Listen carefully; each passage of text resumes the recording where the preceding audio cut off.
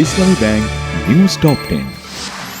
নেতাকর্মীদের সাথে তারেক রহমানের বৈঠক, ধানের শীষের পক্ষে গণজোয়ার সৃষ্টি করার নির্দেশ, তার নেতৃত্বে আস্থা রাখতে চান নেতারা। জাতির উন্নয়নে তারেক রহমানকে সহায়তা করতে সবাইকে উন্নয়নের সৈনিক হওয়ার আহ্বান আমির খসরু মাহমুদ চৌধুরীর। নির্বাচন কমিশনার মোহাম্মদ সানাউল্লাহ বলেছেন, এবারের নির্বাচন হবে লাইনচ্যুত রেলকে লাইনে এনে চালু করা।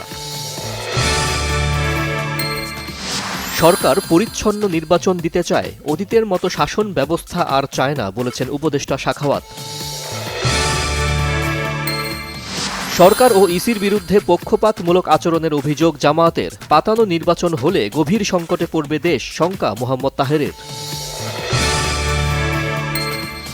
জগন্নাথ বিশ্ববিদ্যালয় ছাত্র সংসদের ভোট গণনা চলছে, ভিপি পদে এগিয়ে ছাত্রদল প্রার্থী, জিএস পদে এগিয়ে শিবির প্যানেল। যুক্তরাষ্ট্রের ভিসা বন্ড তালিকায় বাংলাদেশ, ভিসা আবেদনের জন্য সর্বোচ্চ $15,000 পর্যন্ত জামানত দিতে হতে পারে, কার্যকর হবে 21 জানুয়ারি থেকে। দেশ জুড়ে তীব্র শীত, বিপর্যস্ত জনজীবন, নওগাঁয় মৌসুমের সর্বনিম্ন তাপমাত্রা 6.7 ডিগ্রি সেলসিয়াস রেকর্ড।